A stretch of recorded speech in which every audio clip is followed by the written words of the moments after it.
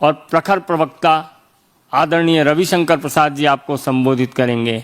मेरा विनम्र निवेदन माननीय रवि जी से है, आपको संबोधित करें। मित्र संजय मयूख जी, सभी पत्रकार मित्रों, आपको सुबह सुबह 10 बजे प्रेस के लिए बुलाया है। ऐसी ही अर्जेंसी थी कि आपको बुलाना पड़ा। कांग्रेस पार्टी बहुत परेशान है, देश भर में धरना देने की बात कर रही है। धरना देने का अधिकार उनका है, लेकिन जमीन और फंड लूटने का अधिकार नहीं है उनका। On behalf of the BJP, I wish to clarify at the very outset that though Congress party surely has got the power to and the right to offer dharnas, but it does not extend to misappropriating public property given by the government to National Herald. ये समझना बहुत जरूरी है। मित्रों, आज थोड़ा recall value जरूरी है। बड़े बड़े लोग जो फ्रीडम फाइटर थे, जो बाद में कांग्रेस के बड़े नेता भी बने, मुख्यमंत्री वगैरह बने, ये सबों ने उसमें सहयोग किया। 2008 में नेशनल हेराल्ड का पब्लिकेशन बंद हो गया क्योंकि वो चल नहीं पाया। उसके बाद कांग्रेस पार्टी ने नेशनल हेराल्ड को 90 करोड़ रुपया दिया था, एसोसिएटेड जर्नल लिमिटेड, जो इसको पब्लिश करते थे। ये जानना जरूरी है कि कांग्रेस पार्टी एक पॉलिटिकल पार्टी है।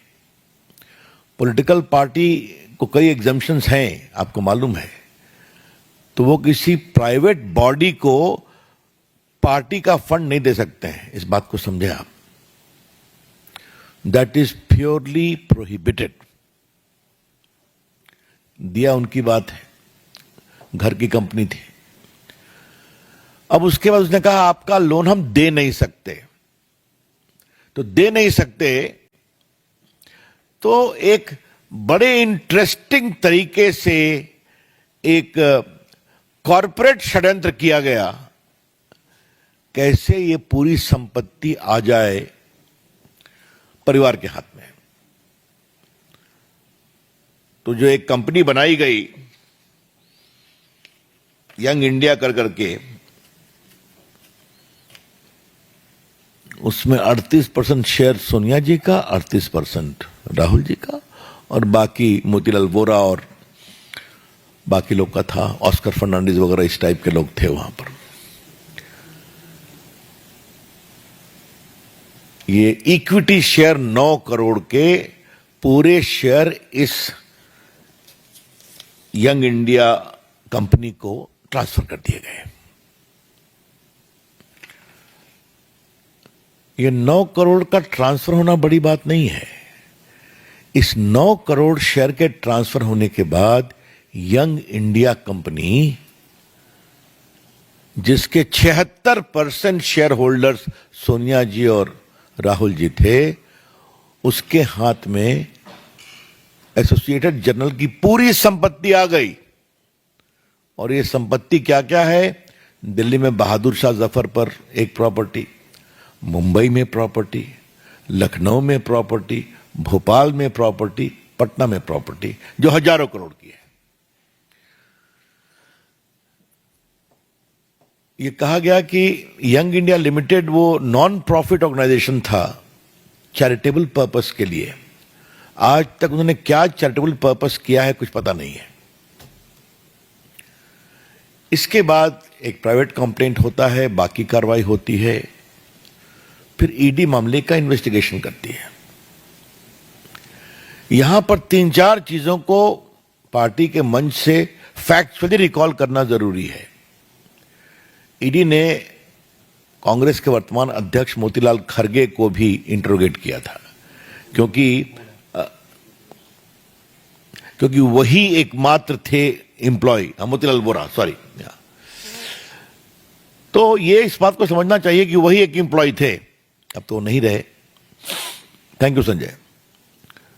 उसके बाद पवन बंसल थे, उनको इंट्रोगेट किया, फिर सोनिया जी और राहुल गांधी को भी इंट्रोगेट किया कई घंटों तक। स्वाभाविक कोई जवाब नहीं था। और ये जो करोड़ों 90 करोड़ बकाया था, इसका हिसाब क्या किया जाएगा? तो 50 लाख रुपया दे दिया गया स्टेट जर्नल को और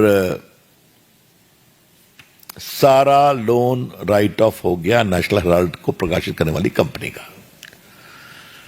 एक बात है, कॉमर्स में इस परिवार का जवाब नहीं है। 50 लाख में 90 करोड़ की संपत्ति प्राप्त कर लेना, 90 करोड़ राइट ऑफ कर देना और हजारों करोड़ की संपत्ति का मालिकाना हक प्राप्त कर लेना। और दूसरे एक सदस्य जो मेंबर हैं 3 करोड़ में जमीन खरीदते हैं हरियाणा में और कमर्शियल यूज हो जाता है और 58 करोड़ रुपए में बेच देते हैं। तो ये तो इस देश को सीखना चाहिए कि ये जो गांधी मॉडल ऑफ डेवलपमेंट है, इसलिए मैं इसको गांधी मॉडल ऑफ डेवलपमेंट कह रहा हूं, गांधी जी नहीं, Gandhi model of development. Be very clear about it. क्या सवाल पूछते हैं ये लोग, परिवार के लोग? भ्रष्टाचार का इनका पूरा आचरण, शेयर की हेराफेरी करो, संपत्ति बनाओ। और ये सारी संपत्ति सरकार के द्वारा दी हुई थी, क्या भोपाल, क्या पटना, क्या लखनऊ। फिर उसके बाद ईडी ने मामले को टेकअप किया और मामले को टेकअप करके उन्होंने पूरे मनी लॉन्ड्रिंग एक्ट बाकी प्रोविजन के अनुसार सब कुछ समझा और उन्होंने अपनी रिपोर्ट फाइल की सेक्शन 8 में बिफोर द कोर्ट। ये जो प्राइवेट कंप्लेंट बोलते हैं या कंप्लेंट बोलते हैं, that is as good as a chargesheet, क्योंकि बाकी जो क्रिमिनल लॉ में कंप्लेंट होता है तो उसमें वो इन्वेस्टिगेशन होता है, इसमें वो इन्वेस्टिगेशन करके ही फाइल करते हैं। और कोर्ट ने कहा है कि अब मैं 21 तारीख को सुनवाई करूंगा, 25 को। यही तो पूरी कहानी है। इसमें है तो वह क्या है भाई? और एक बात को ध्यान रखा जाए कि सोनिया जी, राहुल गांधी बेल पर हैं। इन्होंने पूरी कार्रवाई को क्वाश करने के लिए हाई कोर्ट, सुप्रीम कोर्ट का दरवाजा खटखटाया और कोई राहत नहीं मिली। सिर्फ यही राहत मिली कि आप पर्सनली कोर्ट में अपीयर नहीं होइएगा, you will appear through lawyer. तो जो चीज 4 साल से चल रही है, जिसमें आप संतोषजनक जवाब नहीं दे पाए, जहां कानून अपना काम कर रहा है, वहां पर कर रहे हैं वेंडेटा। और उनके जो मेंबरान पार्लियामेंट हैं, देश के नामी गिरामी वकील, वो भी इसको अजीब प्रकार की बेबुनियाद तर्के दे रहे हैं। तो इसीलिए कि पार्टी की ओर से विचार हुआ कि सुबह सुबह इस मामले के संबंध में पार्टी के दृष्टिकोण को बताना जरूरी है। कानून अपना काम कर रहा है, the law is taking its own course. हम बीजेपी की ओर से सोनिया गांधी और राहुल गांधी और कांग्रेस पार्टी से सवाल पूछना चाहते हैं, क्या कानून को अपना काम नहीं करना चाहिए? क्या हजारों करोड़ की संपत्ति पर अगर आपने गलत तरीके से, गैर कानूनी तरीके से षड्यंत्र करके कब्जा कर लिया, तो क्या इस पर चुप रहना चाहिए? यही तो बड़े सवाल हैं। I would like to repeat, Srimati Sonia Gandhi ji and Rahul Gandhi ji, kindly reply. Should the law be allowed to take its own course or not? And if there is a glaring case where thousands of crores of public property situated at prime locations in different parts of the country have been misappropriated by conspiracy, where the beneficiary is you and your son, being 76% owner of the AJL. तो फिर ये धरना, vendetta, Narendra Modi ji की सरकार है, कानून को अपना काम करने देगी।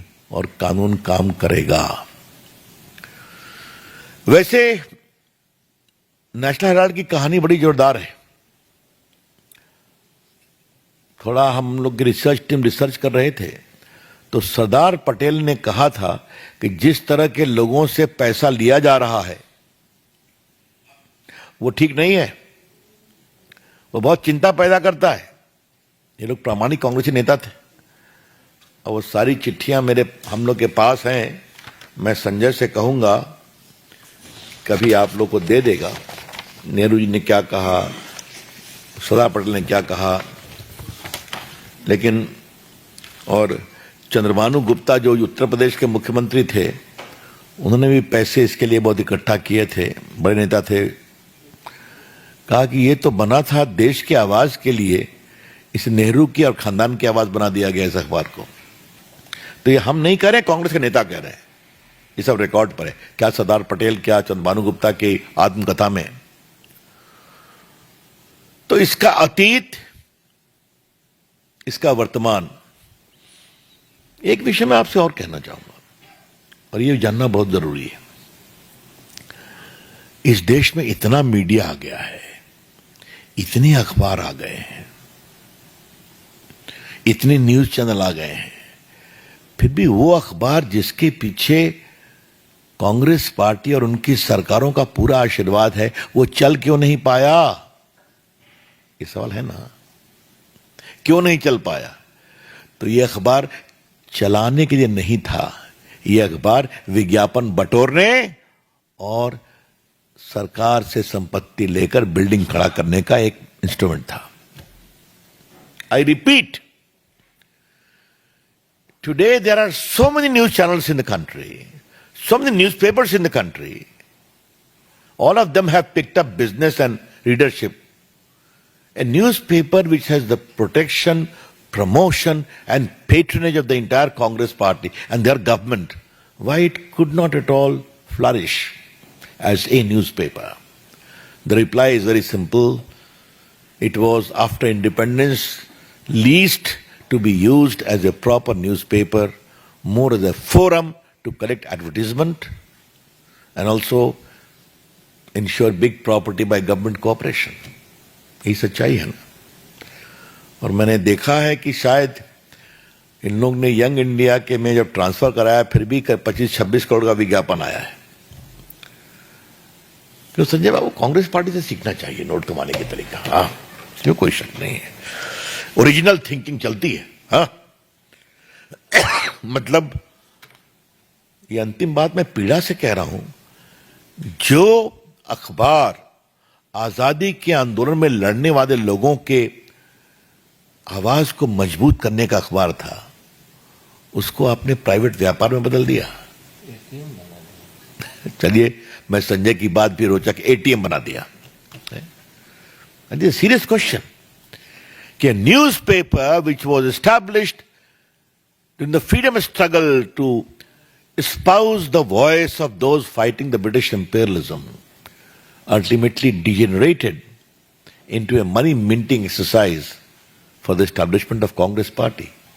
ये ठीक है क्या? थैंक यू मित्रों। प्रश्न आमंत्रित है।